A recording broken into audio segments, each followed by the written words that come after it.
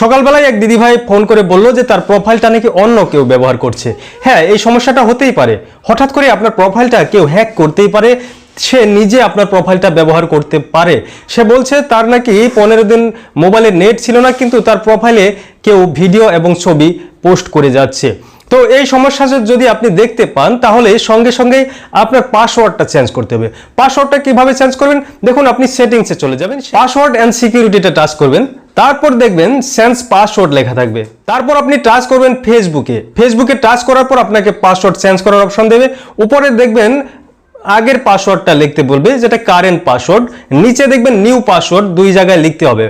পাসওয়ার্ডটা কিন্তু ভালো করে মনে রাখবেন। তারপর দেখবেন নিচে একটা টিক মার্ক দিতে বলবে, সেখানে বলবে log out of all other, মানে অন্য যেগুলো ডিভাইসে আপনার লগ আউট আছে, কেউ যদি আপনাকে হ্যাক করেছে সেখান থেকেও আপনাকে লগ আউট করে দেবে, শুধু এই মোবাইলটাতে আপনার লগ ইন থাকবে, সেটা টিক করে দেবেন। তারপর নিচে চেঞ্জ পাসওয়ার্ডে টাচ করবেন। হয়তো যদি আপনার 2 ফ্যাক্টর অথেন্টিকেশন করা থাকে, তাহলে আপনার মোবাইলে একটা মেসেজ যাবে, সেই মেসেজে ওটিপি থাকবে, সেই ওটিপিটা দেওয়ার পর আপনার পাসওয়ার্ডটা চেঞ্জ হয়ে যাবে। তো এই জিনিসটা যাদের হ্যাক হয়নি তারাও এই জিনিসটা মাঝে মাঝে করে নিজের প্রোফাইলটাকে সুরক্ষিত রাখবেন। হ্যাঁ, মাসে মাসে এই পাসওয়ার্ডটা চেঞ্জ করতে থাকলে কেউ যদি আপনার পাসওয়ার্ডটা টের পেয়েও যায়, তারা কিন্তু আর খুলতে পারবে না।